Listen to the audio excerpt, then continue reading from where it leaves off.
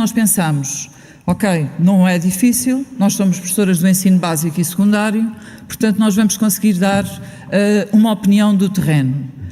Até que ponto é que ela era válida foi aquilo que nós questionámos, porque nós fazemos parte de um outro grupo de professores, somos 13, mas 13 não define Portugal, os professores portugueses.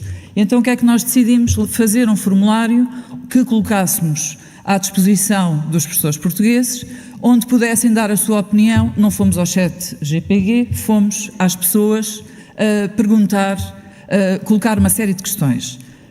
Como é que nós fizemos isso? A Gorete vai-me ajudar, ainda não me está a ajudar, está-me a mandar empalhar, não é? O que é que nós fizemos? Construímos o formulário e pedimos aos nossos pares que o divulgassem junto dos outros pares, àqueles que tinham visibilidade pública para o poder fazer. E então contámos com o blog do Paulo Guinote, do Alberto Veronesi, do Paulo Prudêncio, está-me a faltar um... e o blog do Arlindo, claro. E atenção também, a nossa página de Instagram da Missão Escola Pública, e ainda uma outra coisa que nós aprendemos a usar em grande força durante a pandemia, que foi dar uso aos fóruns de WhatsApp. Portanto, através dos grupos de WhatsApp, nós também difundimos o nosso formulário. Qual é a minha função aqui hoje? É mostrar-vos os resultados do formulário, portanto eu vou ser muito curta, vai ser, espero eu, rápido, vai ser tudo projetado ali, não tarda, e depois as minhas colegas fazem a ponte para aquilo que querem falar. Pronto, começávamos cá por baixo pelo formulário Google, esse já não é preciso, já explicámos, portanto, como é que fizemos, como é que difundimos no fundo o formulário, vamos aos dados. Portanto, no tempo estava no anterior, de 23 a 29 de junho, nós conseguimos 2.342 respostas. Quem é que respondeu? Portanto, foi de norte a sul do país, é ali em cima, ali, na bolinha na primeira. E foram 92%, foram professores, aquilo vê-se mal, consegues aumentar um niquinho, fazer zoom. Tivemos educadores 3,94, técnicos especializados 0,48, portanto, vocês leem. A grande fatia foi dos professores. Podemos passar ao próximo.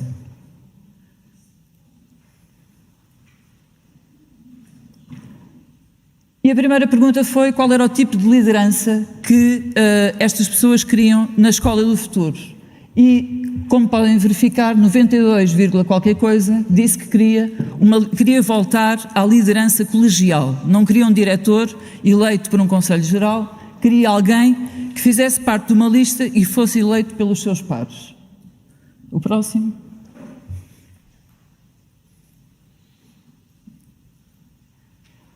Ora, depois perguntou-se, e aqui não era uma pergunta de escolha múltipla, era a escola do futuro deve contar com quem? Por isso, escusam de estar a somar percentagens, que nem fomos nós, eu por acaso sou de português, mas nem fui eu que fiz as contas. Portanto, isto foi logo feito pelo formulário.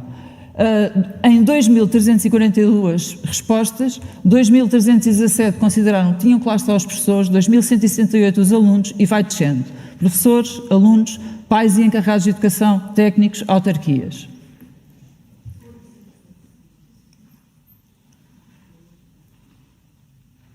E depois perguntou-se qual era o nível de participação destas pessoas na escola do futuro.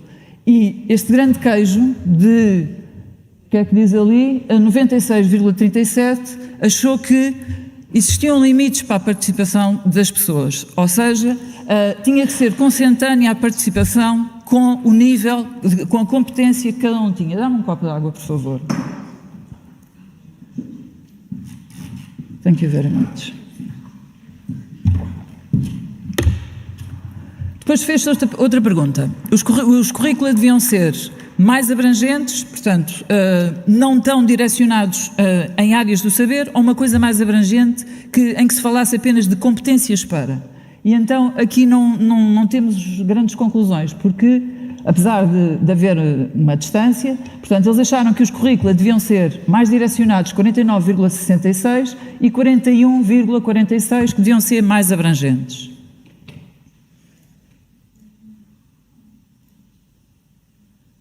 Depois fizemos outra pergunta, porque esta é uma das bandeiras que tem sido dos últimos governos. A escola deve ser a tempo inteiro ou deve ser pelo regime de um turno? Os miúdos precisam ou não de tempo fora daquela parte formal? E então temos que, quantos por cento?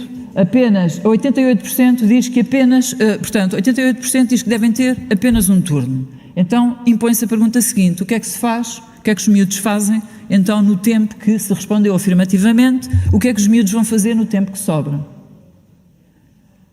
Ora bem, 48,86% acham que a escola deve oferecer clubes, um espaço, no fundo, onde não esteja o fantasma da avaliação e possa existir livre expressão para clubes científicos, para clubes de expressão artística, onde os miúdos possam, no fundo, dar expressão a uma parte que, tendo a escola a tempo inteiro, de uma forma mais formal, não conseguem dar.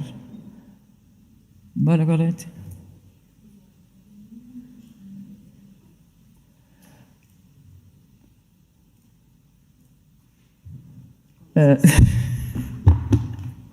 Isto é, quem não percebeu há um bocado, voltamos para trás, é a educação inclusiva.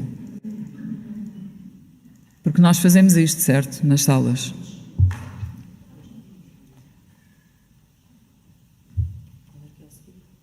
Começas por ali. Não, por aí, exato. A grande questão das ferramentas digitais, portanto, na escola do futuro devem ser privilegiados os livros ou as ferramentas digitais, não é? O uso de ferramentas digitais. E havia outra opção ainda, a terceira, que era ambas as opções, de acordo com as necessidades e os contextos de aprendizagem. E como podem ver, aquele verde que ali está, são quantos por cento? Gorete, que eu não consigo ver daqui? 90 e qualquer coisa. 92,86%. Consideram que é possível usar as duas formas, que têm que ser adaptadas. No fundo, são ferramentas que têm que ser adaptadas ao contexto de aprendizagem.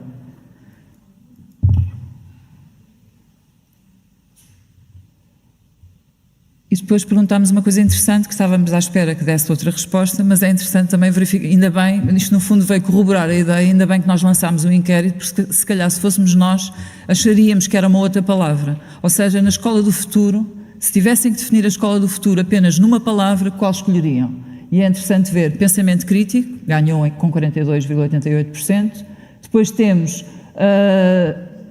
está aqui, o respeito com 18%, o conhecimento também com 18,17%, a felicidade 17,2% e o sucesso, uma fatia de queijo muito fininha de 2,99%.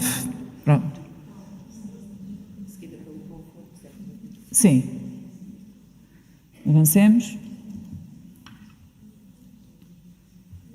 E depois o que é engraçado verificar, porque os professores do ensino básico e secundário que põem em prática os decretos-lei acreditam neles. Nós não acreditamos no desfazamento, é na incapacidade que temos para, no espaço em que trabalhamos, os colocar em prática. Porque é engraçado verificar que no PASEL diz que, onde é que está, deve-se assegurar a qualidade da educação inclusiva, possibilitadora de aprendizagens ao longo da vida, envolvendo currículo e educação para a cidadania de uma forma intencionalmente integrada, e depois diz no despacho 6.605 de 2021, uma escola que seja um instrumento de desenvolvimento humano e de elevação social através do conhecimento. Ou seja, resumindo isto, é sobre isto que as minhas três colegas, que as vossas colegas vão falar. Portanto, a escola deve ser promotora de um ensino de qualidade, deve promover a inclusão e a equidade. Ok? Dou a palavra, portanto.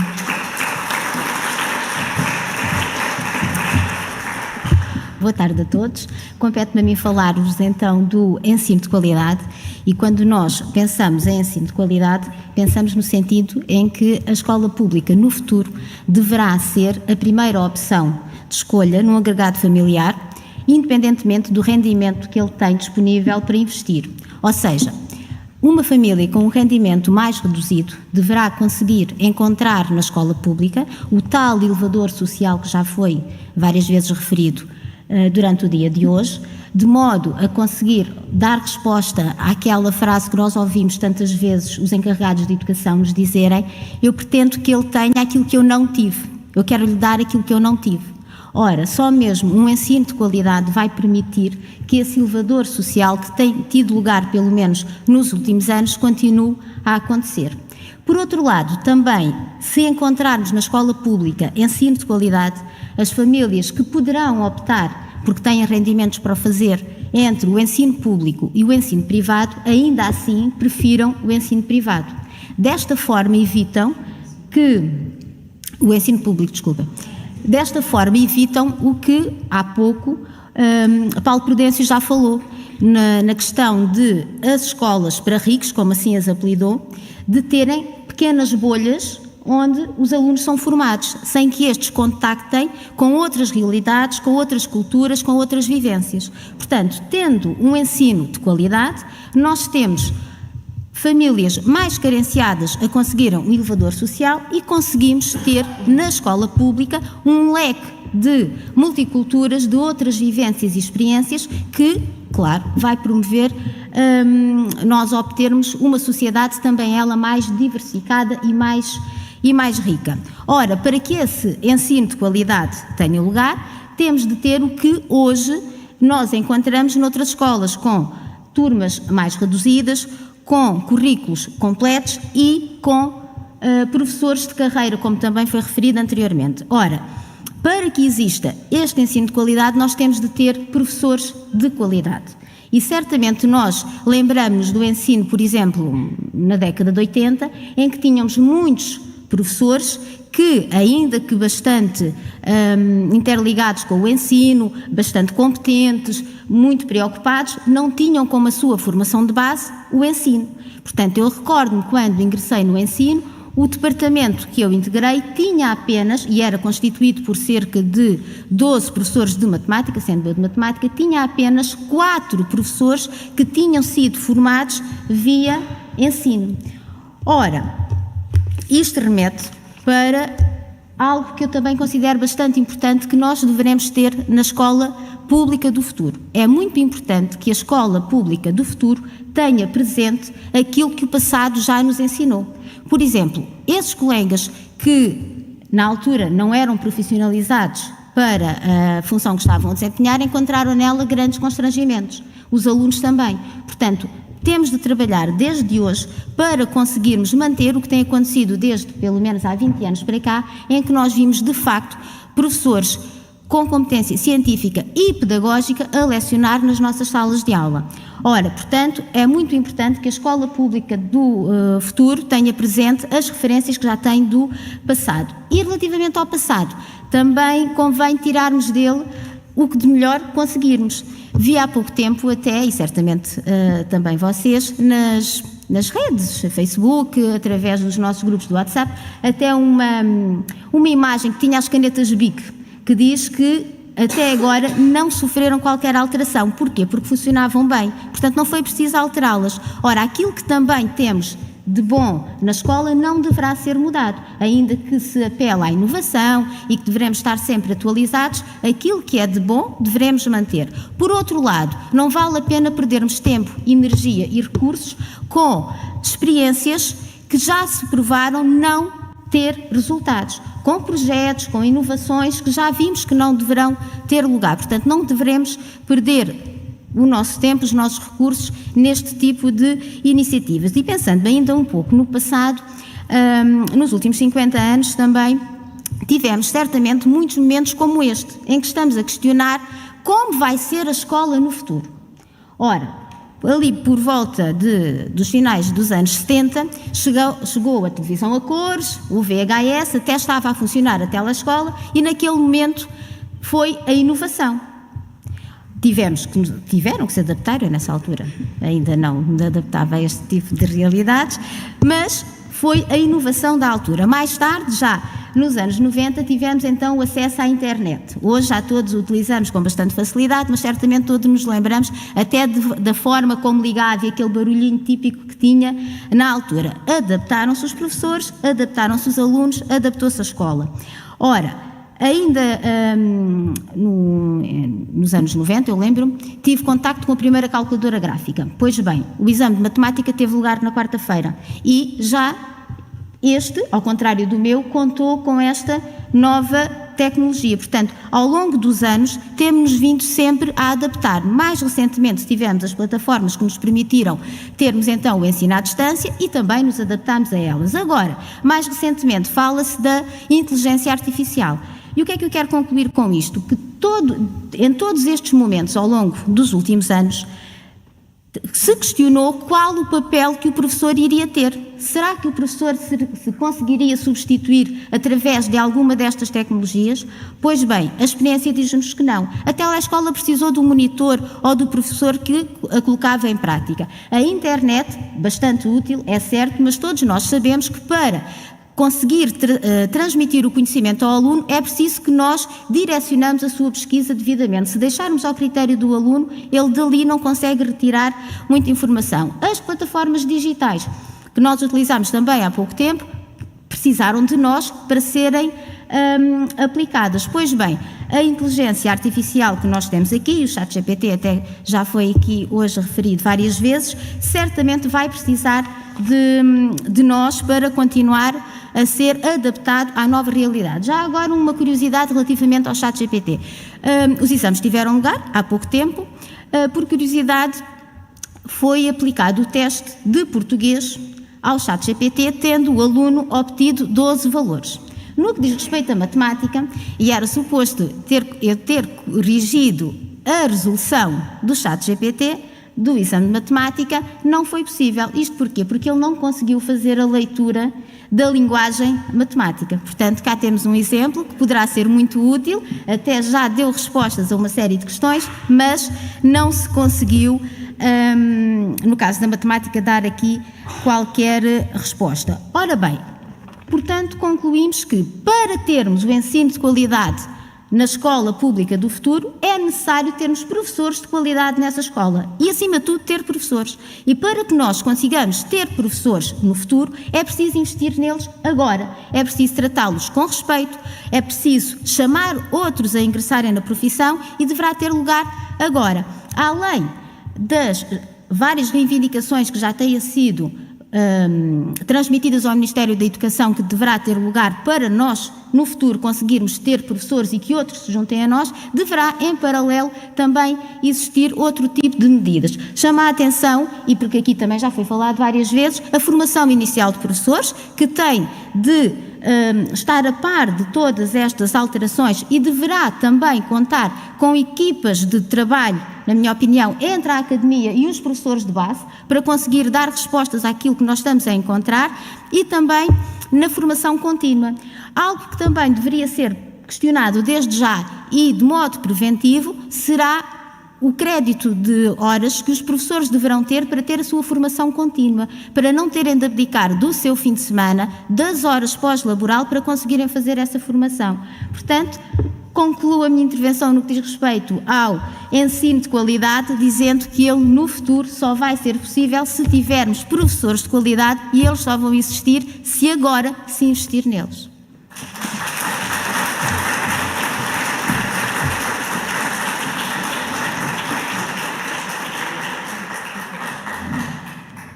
Bem, boa tarde a todos. Estamos um bocadinho limitados aqui a nível de tempo, torna-se impossível abordar tudo aquilo que já vimos discutindo, mas isso não é grave, porque eu achei que hoje vinha aqui falar-vos de felicidade, de educação inclusiva, mas afinal de contas eu venho falar-vos de investimento, que foi uma das palavras-chave que a Cristina acabou de abordar também. Mas começo pelo início. Portanto, se analisarmos o gráfico que ainda agora estava ali, cerca de 43% do universo que respondeu à questão, se só pudesse escolher uma palavra para definir o valor mais importante na escola do futuro, qual escolheria? Vimos já que 43% escolheram pensamento crítico, 18,7% o respeito, 18,2% o conhecimento e 17% a felicidade. Deixamos o restante para o sucesso e o conforto, respectivamente. Ora, nenhum destes eixos está dissociado de si, eles têm todos uma relação entre si. Neste sentido, o pensamento crítico conduz aqui ao respeito, juntos orientam para a felicidade, e de resto, o que é que um professor que pretende transmitir valores pode transmitir a um aluno na sala de aulas se não for um indivíduo feliz? A última etapa, no entanto, é aquela do sucesso, ou seja, isto é um caminho que tem que ser feito para o sucesso. Ora bem, que felicidade poderá sentir um professor que se encontra atolado em burocracia? E chegada aqui, eu percebo que aqui a colega Conceição Vasques, com quem eu nunca tinha falado até ao final da sua intervenção, acabou por abordar, e ainda bem, porque assim eu consigo cortar grande parte das coisas que aqui tinha, algumas coisas. Andámos por passadiços diferentes, ela na educação especial, eu na educação inclusiva, mas queria aqui chamar muito rapidamente a atenção para uma questão. Os professores não são contra a educação inclusiva. São, sim, contra a burocratização que está montada e que nos deixa, que nos asfixia, sem tempo para realmente dedicarmos aos nossos alunos e à preparação das nossas aulas. Chegada aqui, queria citar fazer aqui 2 ou 3 citações. O Dr. David Rodrigues, no livro Perspectivas de Inclusão da Educação à Sociedade, cita também Heinz Covey Ferreira, dizendo-nos que a inclusão é um processo que visa apoiar a educação para todos e para cada criança no mundo, e os professores estão de acordo. Nós os professores, achamos que a igualdade de oportunidades deve ser para todas as crianças, independentemente das suas condições físicas, sociais, do seu credo, da sua etnia, da sua cultura. Aqui o Heinz Covey, em 1998, pretendeu romper com a ideia de integração e fala-nos de uma coisa muito mais importante, que é aqui a ideia de que a escola deve estar orientada para o currículo e não nas incapacidades ou nas dificuldades que os alunos possuem.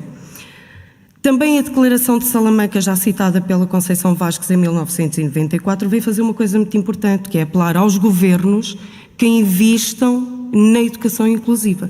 Porque a verdade é que a educação só pode ser efetivamente inclusiva se houver investimento. E é por isso que atualmente todos nós falamos do Decreto-Lei 54 e quem nos ouve acha que nós estamos contra. Nós não estamos contra o decreto. Estamos, sim, contra tudo aquilo que ele acarreta. Temos professores de educação especial absolutamente assoberbados, mas cujo papel se começa a diluir, porque é depositado no Conselho de Turma, portanto, no conjunto de docentes da turma, o ónus de ter que realizar também aquele trabalho. Era suposto haver só um conjunto de professores assoberbado, mas não, porque depois temos o pessoal de educação especial a construir relatórios a torto e a direito, não é? Quando, na verdade, nós poderíamos pegar neste tempo e aplicá-lo onde ele era efetivamente necessário. Ora, o que é que o Decreto-Lei 54 nos traz? Traz-nos a obrigação do controle das nossas ações, do registro de coisas que muitas das vezes, de meios, peço desculpa, que muitas das vezes nós nem sequer mobilizamos para que haja essa monitorização. Como se não existisse educação inclusiva antes de existir o Decreto-Lei 54. Okay? Bom, aqui há muito trabalho a fazer. Nós os professores acusamos um cansaço excessivo e consideramos que este decreto assenta numa base economicista. E é aqui que é importante chegar. Nós temos alunos que são colocados em turmas para reduzir custos em recursos humanos. Estes alunos poderiam estar a ter um apoio sistemático e não estão. Eles estão efetivamente inseridos em turma. Vamos ver. Que trabalho é que um professor pode construir com 20 alunos em sala de aula? Vamos incluir o aluno que tem necessidades de educação inclusiva. Tudo bem. O aluno tem hiperatividade, tem déficit de atenção, muitas das vezes não está medicado, há indisciplina, porque efetivamente isso acontece, muitas das vezes arrasta todos os seus companheiros atrás de si. Quem é que nós estamos a incluir, afinal de contas? Estamos a incluir um aluno no grupo dos 19, e já vou supor que efetivamente a turma tem 20 alunos, ou estamos a excluir os 19 alunos, porque a educação inclusiva é para todos, não é? Não é para alunos com necessidades educativas, de inclusão, ok? É importante também lembrar o seguinte: a escola tem o dever social de qualificar e não apenas certificar. E o que acontece é que o facto de muitas das vezes nós trabalharmos para o sucesso de todos acaba por nos levar antes a certificar. E é mesmo isto que nós queremos. Não é suposto, reparem, os pais entregam os seus filhos à escola para que eles a frequentem e concluam com sucesso os sucessivos ciclos de ensino. E aquilo que nós acabamos por fazer, atribuindo sucesso a todos os alunos, é certificá-los em vez de qualificarmos. Quantas vezes não temos que rever as aprendizagens essenciais?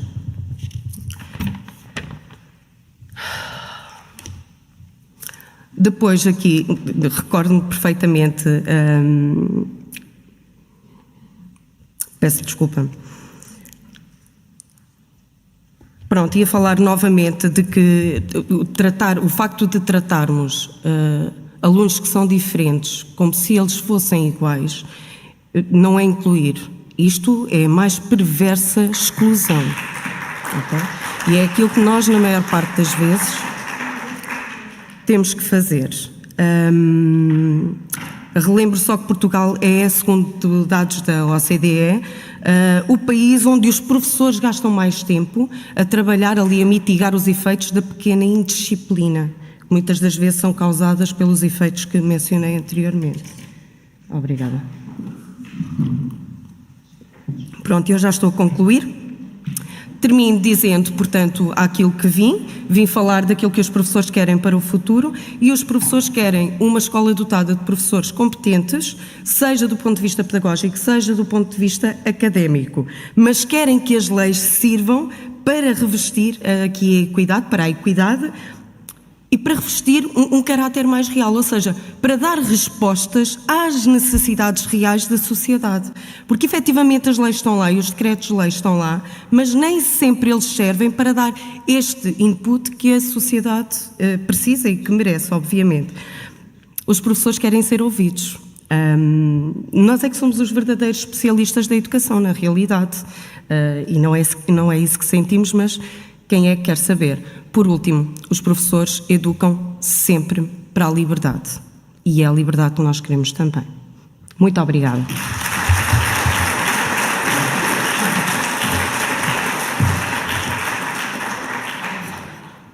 Ora, então, boa tarde. Vou tentar não ceder o meu tempo, que são 7 minutos, porque nós fizemos aqui umas continhas. Então, do que é que eu venho falar? Aparentemente, nada daquilo que foi falado aqui hoje durante todo o dia. Hoje falamos de valores, o que eu acho muito interessante, atenção. Valores, falamos de inclusão, tecnologia, falamos de tudo isso. Eu não venho falar nada disso. Tenho ali 2 imagens, a de baixo, deixa ainda nas imagens, a de baixo representa a nossa legislação, que é uma manta de retalhos e bem tortos, e a de cima representa uma das consequências dessa manta de retalhos. O que é que temos em cima? Um comentário que eu tirei de um grupo, de uma colega, que eu fiz questão de não identificar, que dizia que o horário dela foi mudado 12 vezes. Ora, diz-nos o Código de Trabalho que não pode ser mudado sem a nossa autorização. Eu acho que todos nós entendemos que numa situação ou outra, se nos for possível, nós também facilitamos a vida, mas quer dizer, 12 vezes no ano é muito mau. As pessoas têm direito a ter vida. Portanto, aquilo que eu venho falar um bocadinho, e aquilo que eu ali tenho é só uma pequena amostra da muita legislação que nós temos. Eu creio que todos vocês a conhecem, mas uma coisa é conhecerem-na, outra coisa é verem-na ali. E então o que é que nós temos em primeiro lugar? Então, os documentos orientadores / organizadores. Eu coloquei assim porque temos ali também a gestão e a autonomia. Eu posso começar por aquele lado: a Lei de Bases do Sistema Educativo, o Estatuto do Aluno, a Educação Inclusiva, a Flexibilidade Curricular e o Sistema Nacional de Qualificações. Se vocês repararem lá por baixo, ou tem o despacho, ou os vários despachos, mais à frente há um que tem para aí 5 despachos, ou a quantidade de modificações, há um que tem 30 modificações, que já vamos ver mais à frente. ao longo do tempo. O que é mais grave é que muitas vezes, quando se fazem estas modificações, não se reescreve o diploma. O que é que acontece? Nós temos que cruzar, portanto temos que ir procurar 30 diplomas. Com o tempo que nós temos, é impossível, não é? Pronto, podes passar agora a ti para o seguinte. Depois aqui, creio que são referenciais curriculares. Aqui, os referenciais de competência, que de alguma forma estavam ligados à legislação que estava atrás, Estratégia Nacional da Educação para a Cidadania, perfil do aluno na saída da escolaridade obrigatória, aprendizagens essenciais. Vejam que tem lá vários despachos, porque foram saindo vários despachos para estes referenciais. Podes avançar, se faz favor. Aqui, ofertas educativas. Então, o que é que nós podemos ver aqui? O ensino básico, depois ali os cursos científicos e humanísticos, devia estar lá por baixo, eu esqueci-me de escrever, do secundário. Em baixo, cursos artísticos especializados, aqueles de dança, música, canto gregoriano. Em cima, cursos artísticos e especializados, design, produção, artes visuais, comunicação. Deste lado, cursos profissionais de nível secundário, e aqui uma que é também considerada uma oferta educativa, que é o PLNM. Mas aqui vou-te pedir para não tirares. Uma incongruência sobre a muita legislação e indo aqui um bocadinho à inclusão. Aquele despacho do PLNM era o outro a seguir. Sim, ofertas educativas. Pronto, este despacho que saiu recentemente diz-nos uma coisa muito interessante que nós tentamos pôr em prática na minha escola este ano e que isso não foi viável. Primeiro ponto, considera que estes alunos têm direito a... Eu vou só pôr aqui os meus óculos, peço desculpa, medidas de suporte à aprendizagem e à inclusão. Diz-nos aquele despacho que o aluno pode frequentar só algumas disciplinas. Para isso, tem ainda assim a escola que garantir 480 minutos no primeiro ciclo, 450 no segundo, 350 no terceiro e 300 no secundário. Mas nos restantes minutos, o aluno tem que estar na escola, tem que estar integrado noutras atividades. Ora, na minha escola chovem alunos destes durante o ano. Não há turma de PLNM, porque nunca temos 10 alunos para fazer uma turma de PLNM, e também não há recursos educativos a meio do ano, porque não temos professores sem horas, para depois poder dar apoios ou outro tipo de atividades a estes alunos. Portanto, temos aqui um belo exemplo da legislação que serve para nada, para fazer de conta que existe, que está lá, aliás, como muitas das coisas da inclusão, lamento dizer. Podes avançar, Gorete, se faz favor. Sim. Aqui, alguns dos outros exemplos, era aquele. Vou só pedir para aumentares, por favor. Ali temos outros exemplos também, de alguma forma tem ali, pode-se dizer que também é uma questão de oferta educativa, o ensino doméstico individual, o ensino à distância, autonomia e flexibilidade, já tínhamos visto lá atrás, não é? Mas aquele vem mexer no outro. Portanto, aquele vai alterar o outro. Aquela é uma portaria. Porquê é que eu pus aquele ali? Porque a seguir eu vou ter ali despachos anuais, calendário, matrículas, despachos, portarias circulares, é à dúzia. Se nós formos consultar, eu não teria tempo, nem teria a possibilidade de colocar isso tudo ali. Notas informativas, circulares, despachos, portarias, nós temos à dúzia.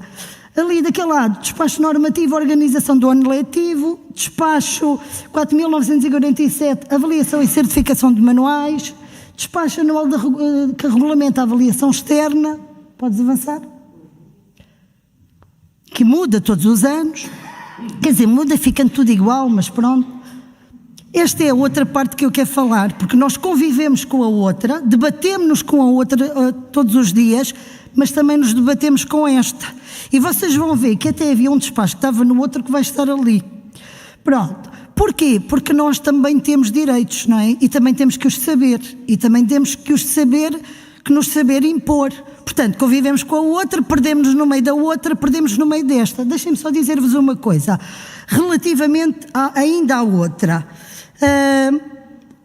Há duas coisas ou três que acontecem. Primeiro, Em termos da avaliação, uma das portarias, eu penso que não vi a portaria, vê lá se tu não avançaste um diapositivo. Não. E o que é que tens a seguir? Peço desculpa. Que era importante. Não era isso. É a continuação. Pronto, não faz mal. Eu sei mais ou menos o que lá estava. O que é que estava naquele diapositivo? Falava-nos de um manancial de portarias que temos em termos de avaliação. Por exemplo, a portaria 223A. É uma portaria que atualmente regulamenta a avaliação e não só, regulamenta mais coisas. E fala das provas extraordinárias de avaliação. E eu pergunto, aquela portaria está toda feita e trabalhada para os períodos, como grande parte da nossa, aliás, praticamente toda a legislação, mas atualmente já temos semestres. Quando temos um aluno que chega a meio do ano a uma escola, que não traz por qualquer razão avaliação de outra escola, ou que é um aluno que vem de outro sistema de ensino, nós estamos em semestres e que eu falo em períodos. Diz-nos aquela portaria que em situações não previstas nós devemos remeter para a ADG. Sabem quantas respostas recebemos o ano passado na minha escola? Mandamos vários e-mails. 0. Nunca nos responderam. Segundo ponto, este ano responderam-nos, mas fizeram uma coisa muito simples que eu já tinha feito antes de enviar para eles, que foi perguntar à outra escola porque é que me tinha chegado um registro biográfico em branco, sem faltas, quando eu sabia que o aluno tinha muitas e sem nenhum tipo de avaliação, sem coisa nenhuma. A resposta deles foi limitarem-se a pedir aos outros, os outros limitaram-se a enviar um registro com faltas que podiam ter feito antes e ficou por ali. Portanto, quem é que decide? A escola, os conselhos de turma, o conselho pedagógico, mas onde é que está a lei? Não está. A escola tem que se desenrascar e tem que se orientar. Com que base legal? Nenhuma, não é? Pronto, agora sim podes avançar. Eram assim apenas alguns exemplos e apenas uma última questão sobre isso. Temos variadíssimos organismos públicos. Vocês todos têm noção de onde é que tem que se dirigir quando tem que se dirigir a esses organismos públicos? Olhem, eu que até tenho alguma facilidade com estas coisas e aqueles que me conhecem sabem, eu às vezes questiono-me se temos... onde é que eu me vou dirigir? Legislação de trabalho é outra, é a primeira.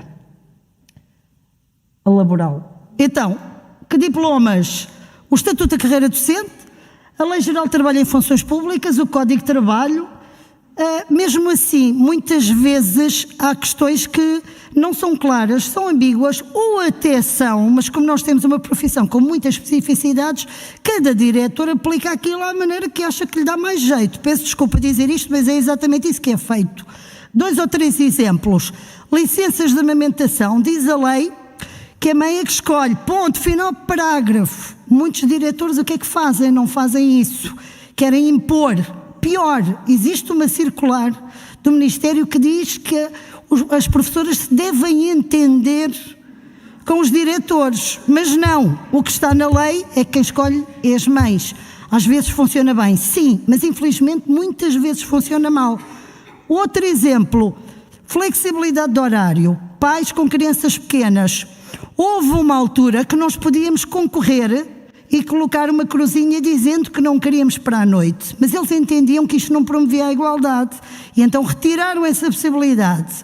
E o que é que acontece? Muitas vezes somos colocados, eu já não estou nessa situação, mas já ajudei muitas colegas, tenho uma minuta que fiz, eu ajudei muitas colegas, porque os diretores não querem saber e pura e simplesmente negam o direito à flexibilidade.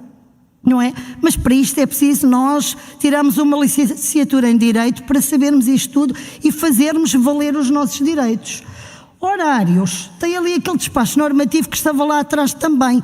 Diz-nos ele que nós temos 1100 minutos, dividindo entre componente letiva e não letiva, 150 minutos de componente não letiva, 150 minutos de componente não letiva, que deve servir para as reuniões, raramente serve para as reuniões, a maioria das vezes serve para outras atividades e as reuniões estão fora daqueles 150 minutos e depois temos 22 ou 24 tempos consoante 45 ou 50 minutos.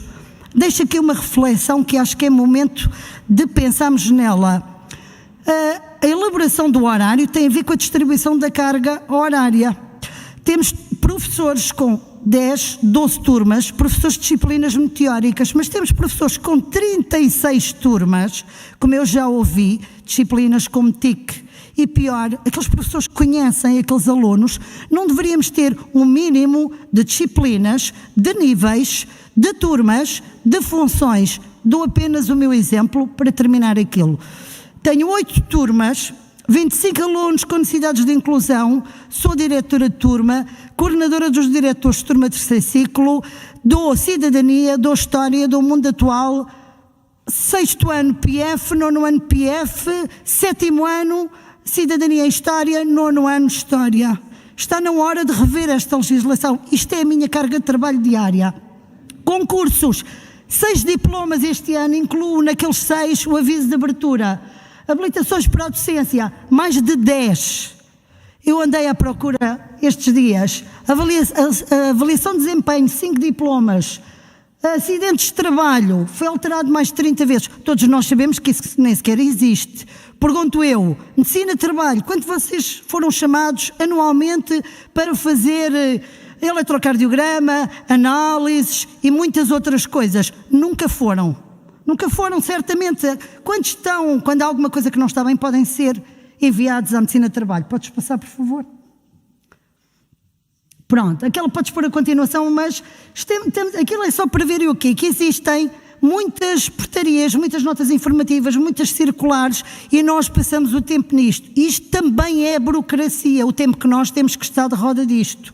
Não é só o que temos que fazer, mas também aquilo que temos que estar de roda disto. O que é que queremos para o futuro? Vou terminar, estou mesmo a terminar.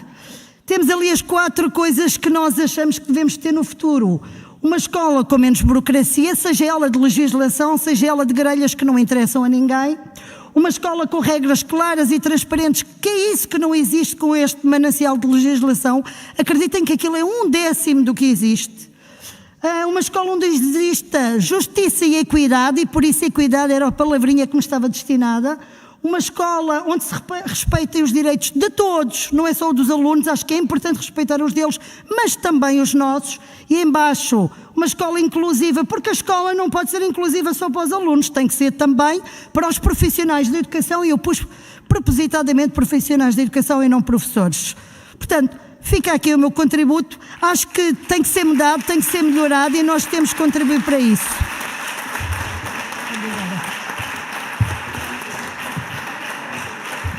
Muito obrigado a todos. Temos mesmo que fechar, se não ficamos aqui fechados mesmo, e não queremos. Muito obrigado a todos os que estão online. Muito obrigado, Cidália. Deu-me uma excelente ideia para quando agora tivemos que rever os planos de estudos mestrados e ensino. Há muito tempo que sinto isso. Precisamos de uma disciplina, de um seminário sobre legislação, sobre educação. Exatamente, eu acho que temos que rever isso, porque precisamos mesmo, nós não temos, por mais estranho que pareça, nós não damos formação aos nossos futuros professores sobre legislação, porque eles começam a aprender isso quando chegarem à escola pela primeira vez. Pois não, e precisamos. Muito obrigado a todos, o dia vai longo, mas acho que foi muito, muito produtivo. Não tenho palavras por agradecer a vossa participação aqui, a todos os que estão em casa, à distância e que colaboraram ativamente no chat. O vídeo do YouTube vai ficar disponível para todos, para quem quiser partilhar, e esperemos que quem de direito possa rever. Eu tenho a certeza que devem ter revisto, se não o fizeram, vão ver certamente, porque ficaram aqui muitas boas ideias. A TSE perguntaram ontem porque é que nós organizamos isso, é porque nós somos intelectuais, nós estamos aqui, nós não andamos só na rua a lutar, nós somos intelectuais. E por isso, ninguém melhor do que nós para pensar aquilo que fazemos e a nossa profissão. Acho que ficou aqui uma prova bem viva de que somos capazes de pensar bem a nossa profissão e sermos construtivos e construímos boas pontes para o futuro. Muito obrigado a todos do coração. Até uma próxima oportunidade.